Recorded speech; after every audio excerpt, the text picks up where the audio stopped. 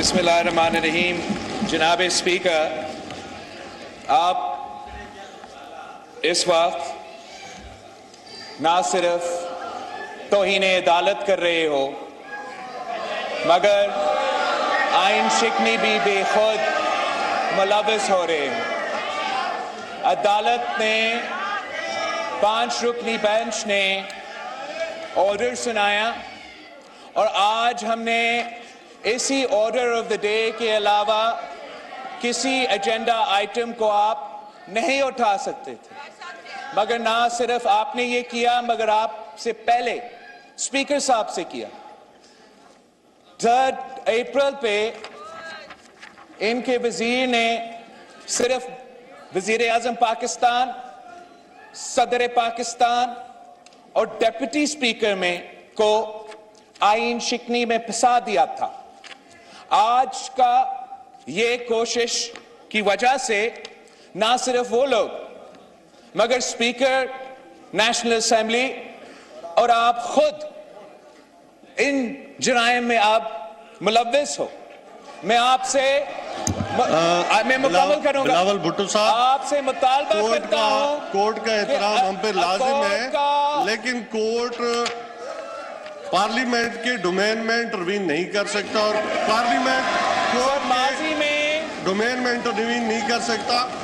Agenda जो है वो बेसिकली स्पीकर का और नेशनल असेंबली गवर्नमेंट का होता है, लेकिन हमने ट्रू स्पिरिट के साथ इसको माना है। ये फैसला किया, आपको पाबंद किया और आप तौहीन अदालत करते हुए खुद भी नाअहल होंगे।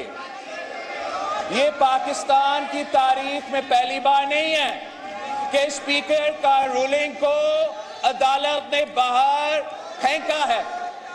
आपसे पहले भी एक स्पीकर साहिबा उसी कुर्सी पर बैठी थी, उसने एक फैसला सुनाया और आज खुद नोटिस लेते हुए उस फैसला को साइड कर दिया। एक बार फिर ये हिदायत आया है, ये हुक्म आया है, अदालत ने ये फैसला सुना दिया है कि आपने आज 3 अप्रैल का कार्रवाई मुकम्मल करना है, वोटिंग करना है। आपका कप्तान भाग रहा है, भागते भागते तौहीन अदालत कर रहा है, भागते भागते आइन शिकनी कर रहे हैं।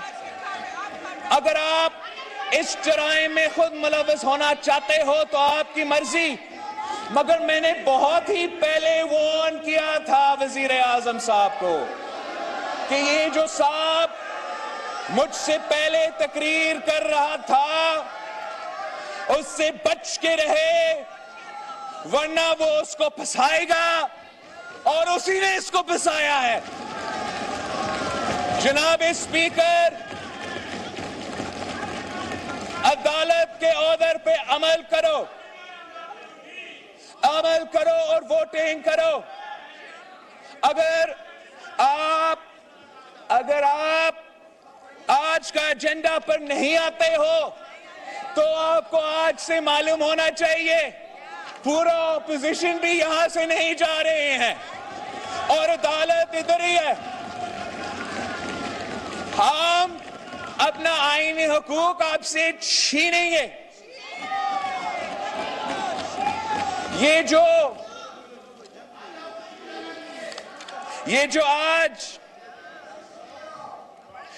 आज फॉरेन ऑफिस को इस्तेमाल करके, ये जाली केबल को इस्तेमाल करके आपको आइन शिकनी और तौहीन अदालत पे मजबूर कर रहे हैं। सुनने का हौसला तो नहीं रखते हैं जनाब स्पीकर। हकीकत यह है कि अक्सरियत इस तरफ है, अक्सरियत इस तरफ है। इमरान अपना अक्सरियत खो बैठा है। फौरन साजिश का जो रट लगा हुआ है। Order in the house please जी। ये एजेंडा का हद के मौकिफ है इस पे अगर डिबेट करवाना है हम 100 दिन के लिए डिबेट कर सकते हैं, मगर आप वोट करवाए, अदालत का हुक्म मानो। ये इतने सारे झूठ है, इसकी कहानी में मैं कितना आपके सामने लेकर आए। सबसे पहले झूठ ये है कि 7 मार्च को ये कहानी, ये बात हुआ और 8 मार्च को हमारा अदम एतमाद यहां जमा हुआ। जनाब चेयरमैन, अमेरिका में और पाकिस्तान में टाइम डिफरेंस है। अगर वहां 7 मार्च है तो यहां 8 मार्च है। तो मगर उनके बकौल उसी वक्त जब कॉन्वर्सेशन जारी था, उसी वक्त हमने अदम एतमाद पेश किया। जनाब स्पीकर, जो भी इमरान साहब को ये एडवाइस दे रहे हैं, मैं उनको जानता हूं, उनको पहचानता हूं, और ये खान साहब का नहीं, वो अपने लिए सोच रहे हैं और खान साहब को फंसाएंगे। हमारा पहले से इरादा था कि जब इमरान खान वजीर आजम सिलेक्ट नहीं रहता तो हमारा और वजीर आजम इमरान खान के दरमियान कोई एतराजात नहीं होते, मगर जिस बुज़दिलाना तरीके से कप्तान इस मैदान से भागा, आज भी मौजूद नहीं है, आज भी अपना दिफा नहीं कर सकता है, अपना मौकिफ सामने नहीं रख सकते हैं। नेशनल सिक्योरिटी के फोरम जिसका जिक्र हो रहा था, हम पूछते हैं कि वजीरे खारजा खुद उस मीटिंग में मौजूद नहीं था, तो क्यों नहीं था? अगर नेशनल सिक्योरिटी कमेटी के मिनट्स निकाले गए तो उसमें अदम एतमाद का जिक्र क्यों नहीं था? उस स्टेटमेंट में ना सिर्फ अदम एतमाद का जिक्र नहीं था, वो एक आम सा फैसला लिया गया कि हमने सिर्फ डिमार्च करना है। जनाब स्पीकर, अगर पाकिस्तान के खिलाफ कोई साजिश 7 मार्च या 7 मार्च से पहले हो रहा था तो उसी वक्त उनका गैरत जागना चाहिए था, उसी वक्त उनका मुहब्बे वतन होने का सबूत सामने आना था, उसी वक्त वो कहते, अपने इत्तेहादियों को कहते कि हमें ना छोड़े, एक साजिश का हिस्सा ना बने। हमें कहते अदम एतमाद नहीं लेकर आए, एक साजिश का हिस्सा ना बने, मगर इनको सिर्फ इस साजिश का ख्याल आया जब वो अपना अक्सरियत खो बैठे थे। 27 मार्च को जब जमहूरी वतन पार्टी का बुक्टी साहब ने अनाउंस किया था तो उनको पता था कि उनका गेम खत्म हो चुका है। अब ये जो लड़ाई है, ये पीटीआई और पीपल्स पार्टी का लड़ाई नहीं है, ये पीडीएम और पीटीआई का लड़ाई नहीं है, ये लड़ाई जमहूरियत के चाहने वाले और गैर जमहूरी लोगों के दरमियान है। ये लड़ाई वो जिम्मेदार शख्सियत जो गैर जानिबदार रहना चाहते हैं, जो एपॉलिटिकल रहना चाहते हैं, जो न्यूट्रल रहना चाहते हैं,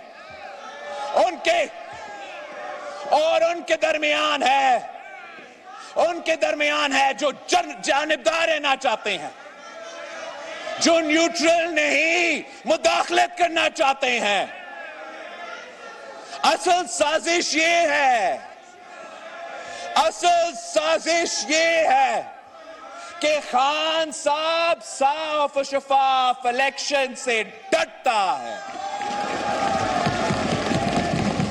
इमरान को मालूम है कि साफ और शफाफ इलेक्शंस हुए तो जैसे सारे के सारे बाय इलेक्शंस में ये सारे जमातें ने इनको शिकस्त दिलवाया था, तो साफ शफाफ इलेक्शंस में भी शिकस्त होगा। उनका ये साजिश है कि हम तो अदम एतमाद को वोट नहीं होने देंगे। स्पीकर को कुर्बानी का बकरा बनाना है तो बनाते हैं, चेयरमैन साहब को कुर्बानी का बकरा बनाना है तो बनाते हैं, मगर एक तो और दिन के लिए हम कुर्सी पे चिपक के बैठते हैं। इनका ये साजिश है कि या सिलेक्शंस का रिपीट हो, इलेक्टोरल रिफॉर्म्स के बगैर इलेक्शंस हो, या हम इतना बहरान पैदा करें, इतना तमाशा पैदा करें और आमरीत सामने आए, मिलिट्री रूल हो, डेमोक्रेसी का खात्मा हो। इसलिए जमहूरियत के मौजूदगी में साफ और शफाफ इलेक्शंस होते हुए इमरान खान का सियासत नहीं बचता। वो 100 कोशिशें करे, 100 कोशिशें करे, ये भुट्टो नहीं बन सकता। 1000 कोशिशें करे, ये सियासी शहीद नहीं बन सकता। कुछ हकायक ये है, हकायक ये है, हकायक ये है कि ये पहले भी सिलेक्टेड थे, ये पहले भी फैज़याब हुए और ये एक बार फिर सिलेक्ट होके आना चाहते हैं, ये एक बार फिर फैज़याब होके आना चाहते हैं। मगर इनको ये पता होना चाहिए कि जो भी इनको ये तजवीज दे रहे हैं, ये इमरान खान को इस कुर्सी पे बिठाने के लिए नहीं। जो भी ये गैर जमहूरी, गैर आईनी तजवीज साबिक वजीर आजम को दिया जा रहा है, वो इमरान खान को फिर से ले आने के लिए नहीं है जनाब स्पीकर, वो जमहूरियत को रैप अप करने की साजिश है।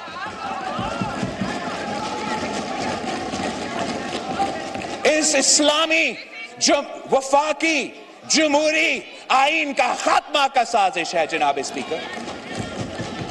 बच्चा बच्चा जानते हैं कि अगर ये सिलेक्ट हुआ तो क्यों सिलेक्ट हुआ, सिलेक्ट हुआ तो 18वीं तरमीम का खात्मा करने के लिए सिलेक्ट किया गया, सिलेक्ट हुआ तो सूबे के हुकूक पे डाके मारने के लिए सिलेक्ट हुआ, सिलेक्ट हुआ तो इतना बड़ा मुआशी बहरान पैदा किया गया कि आज रमजान के महीना है लेकिन आम पाकिस्तानी अपने खानदान को ना सहरी ना इफ्तार खिला सकते हैं।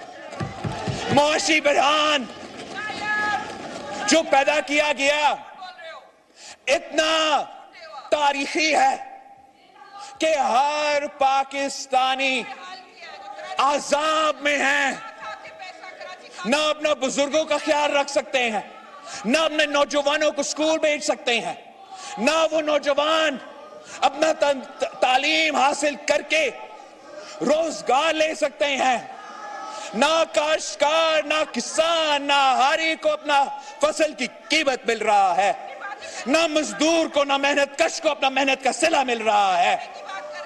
इनको ये सब कुछ मालूम है।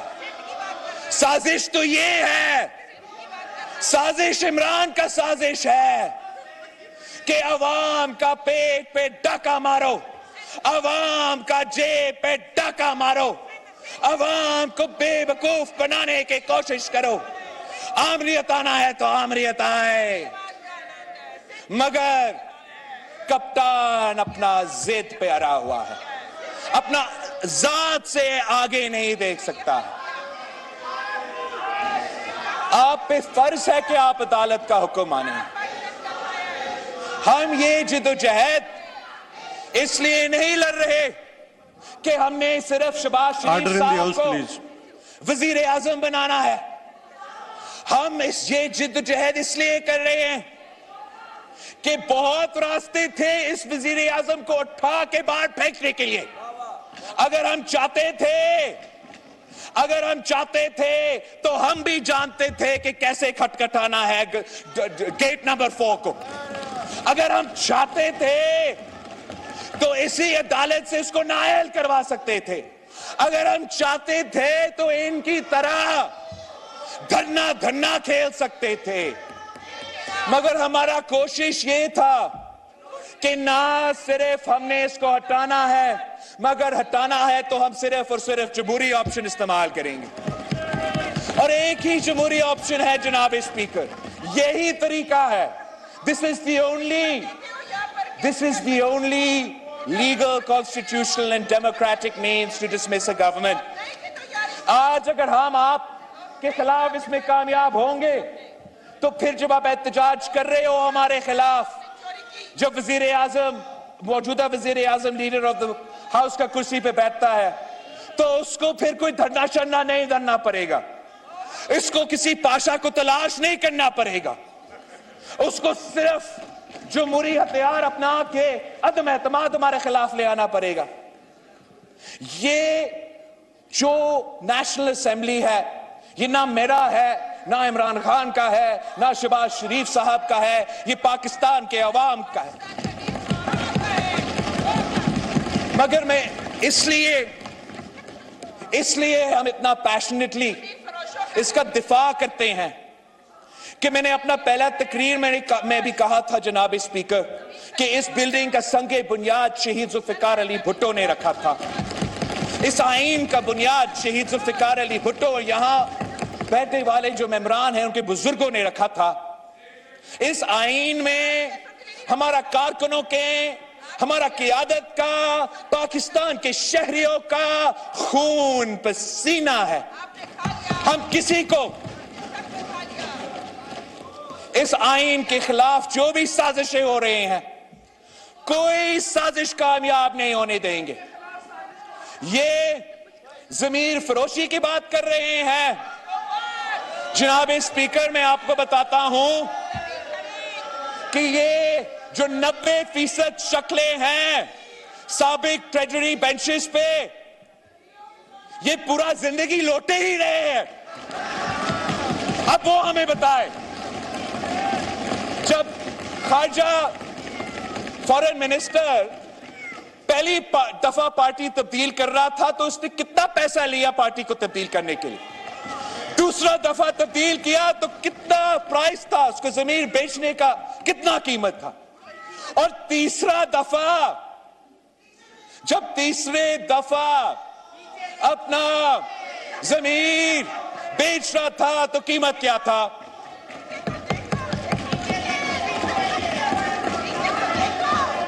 मैं जहां भी देखूं लोटा ही लोटा। तो जनाब स्पीकर, हमारे तरफ आए, जमीर जाग जाए तो लोटा, उनका हो तो इलेक्टेबल, उनकी तरफ जाए तो जमीर जाग जाए, यहां आए तो जमीर बिक जाए। Order in the house, please, जी। जनाब स्पीकर, ये लोग जो ऑपोजिशन के बेंचेस में शामिल हुए और कुछ जो उधर रहते हैं मगर अभी तक नहीं आ रहे हैं, वो जबरदस्ती पीटीआई में शामिल किए गए। 2018 के इलेक्शन से पहले बंदूक की नोक पे जबरदस्ती अपने सियासी मुफाद के खिलाफ उनसे यह फैसला करवाया गया कि पीटीआई में शामिल हो। जिस सेनेट इलेक्शन का जिक्र हो रहा है और ये कहते हैं कि पैसा चला, मैं फ्लोर ऑफ द हाउस पे क्लैरिफाई करना चाहता हूं, हम वो इलेक्शन तो जीते, चंद वोट से जीते, मगर हमारा 20 मेंबर्स लापता किया गया। हमारा 20 मेंबर्स सेनेट के इलेक्शन में भी जो यूसुफ रजा गिलानी साहब को वोट देना चाह रहे थे, वो लापता हुए थे। अब मसला ये है जनाब स्पीकर, लापता करवाने वाला कोई नहीं है, रोकने वाला कोई नहीं है, और यही वजह है कि वो अपना अक्सरियत खो बैठे हैं। उसी इलेक्शन जो हम कहते हैं कि सिलेक्टेड है ना, हम कहते थे सिलेक्टेड इलेक्शन, तुम तो कहते थे कि पाकिस्तान की तारीख में सबसे साफ और शफाफ इलेक्शंस। हम कहते थे धांधली, तो पाकिस्तान की तारीख में सबसे साफ और शफाफ इलेक्शंस। तो आपके बकौर उन्हीं इलेक्शंस में पीटीआई को 30% वोट मिला, और ये जो जमातें इस तरफ इकट्ठे हुए हैं, हमें 70% वोट उस इलेक्शन में भी मिला था।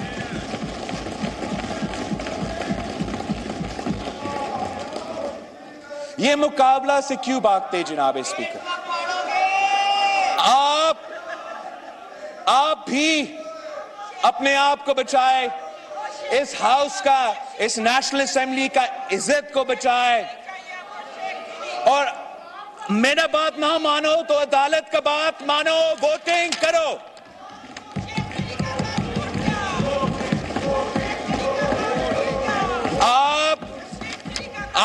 Because today is now once again the 7th day of the no confidence motion. 3rd April was the 7th day. जहां वोटिंग आइन के तहत होना था, आप लोगों ने आइन शिकनी करते हुए वो वोटिंग नहीं होने दिया। आज अगर वोटिंग नहीं होता है तो एक बार फिर आइन शिकनी होगा, उसके साथ साथ तौहीने अदालत होगा। हमारा कोई मसला नहीं है। हम आते हुए अपना लॉन्ग मार्च करते हुए, अदम एतमाद का जिद्दोजहद करते हुए बार बार उनको कहते रहे थे कि हम अदम एतमाद लेकर आ रहे हैं। हमने जब पीडीएम का बैठक सितंबर 2020 में हुआ, तब भी हमने अपना एक्शन प्लान में अदम एतमाद का जिक्र था। क्या उस वक्त कोई फौरन साजिश हो रहा था? क्या उस वक्त यूक्रेन और रूस के दरमियान कोई झगड़ा था? फिर हमें पूरा साल उसी जद्दोजहद में रहे, सेनेट इलेक्शन के बाद भी उसी जद्दोजहद में रहे, और जनवरी ऑफ दिस ईयर, इस जनवरी पे 5 जनवरी पे लाहौर में पाकिस्तान पीपल्स पार्टी का सीसी होता है, और इस सीसी के फैसले के नतीजे में हम कहते हैं कि हम लॉन्ग मार्च कर रहे हैं, अवामी मार्च कर रहे हैं।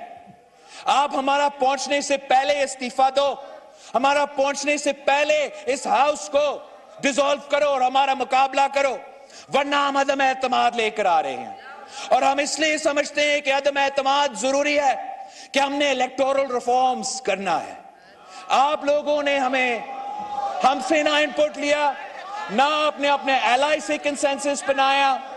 यक तरफा इलेक्शन रिफॉर्म्स, जो एक और सिलेक्शन का तैयारी था। यही फर्क है हम में और उनमें। हम चाहते हैं कि जो 2018 का सिलेक्शन हुआ, वो मुतनाज़ा इश्यूज को हम हल करें। इसलिए ये इमरान जिसने वादा किया था कि हम 2 नहीं 1 पाकिस्तान बनाएंगे, इसने जगह जगह 2 पाकिस्तान बना दिया है जनाब स्पीकर। इस हाउस को डिवाइड किया है, हमारा अदलिया को डिवाइड किया है, हमारा एस्टैब्लिशमेंट को डिवाइड किया है, पूरा पाकिस्तान को डिवाइड किया है। और वक्त आ गया है कि हमें पाकिस्तान को जोड़ना है ताकि हम आगे बढ़ सकते हैं। पाकिस्तान को जोड़ के साफ और शफाफ इलेक्शंस की तरफ जाना पड़ेगा, और जिसको भी मैंडेट मिलेगा साफ और शफाफ इलेक्शंस के नतीजे में सब उसको मानेंगे। उसके दरमियान में अगर कोई रुकावट है तो वो लोग हैं जो आइन शिकनी कर रहे हैं, जो तौहीने अदालत कर रहे हैं, जो एनएससी का झूठा लेटर को आपके सामने लहरा रहे हैं। अगर इस कॉरेस्पॉन्डेंस में इतना वजन था तो मैं पूछता हूं कि खुद वजीर खारजा उस नेशनल सिक्योरिटी मीटिंग में, जहां हमारा अस्करी क़यादत मौजूद था, शिरीन मिज़ारी साहिबा मौजूद था और इमरान खान मौजूद था, तो उस मीटिंग में वजीर खारजा मौजूद क्यों नहीं था? आज तक जब हमारा मुतालबा रहा है कि इस केबल को अदालत में पेश करो, इस मीटिंग का मिनट्स अदालत में पेश करो, वो नहीं कर सकते हैं। आज भी भाग रहे हैं, भागने का कोई रास्ता नहीं है जनाब स्पीकर। अब वोटिंग करो, अब वोटिंग करो। इसमें कोई गुंजाइश नहीं है कि हम इन चीजें पे तकरीर करें। अब मैंने रिकॉर्ड पे ले आया हूं कि आप तौहीन अदालत कर रहे हो।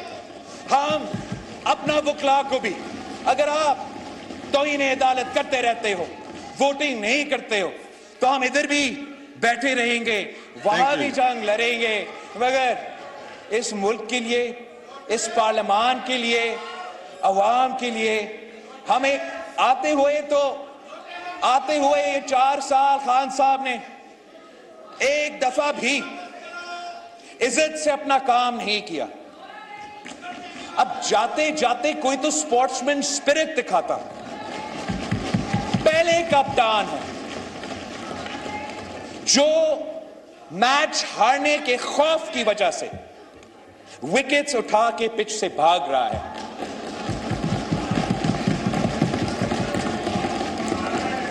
आप अगर इस जुर्म में मुलविस होना चाहते हैं, अगर स्पीकर साहब इस जुर्म में मुलविस होना चाहते हैं, तो वो आपकी मर्जी। We can't be a part of this farce, जनाब स्पीकर।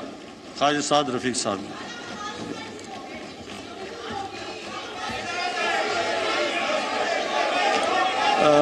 दो मिनट के लिए कहा है, 2 मिनट। जी ख्वाजा साद रफीक साहब, आप अपनी सीट पे मेरे ख्याल में मौजूद नहीं। जी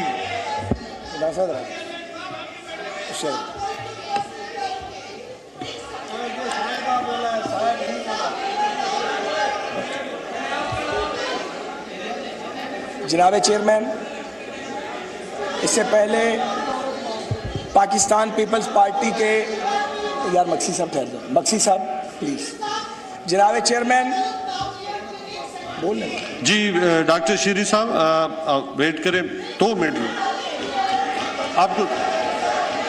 जी खालिद साहब जी, जनाब चेयरमैन 2 मिनट वाइंड। जी, ये सुप्रीम कोर्ट ऑफ पाकिस्तान के Presenting B News app, available on Google Play and App Store. Download it now.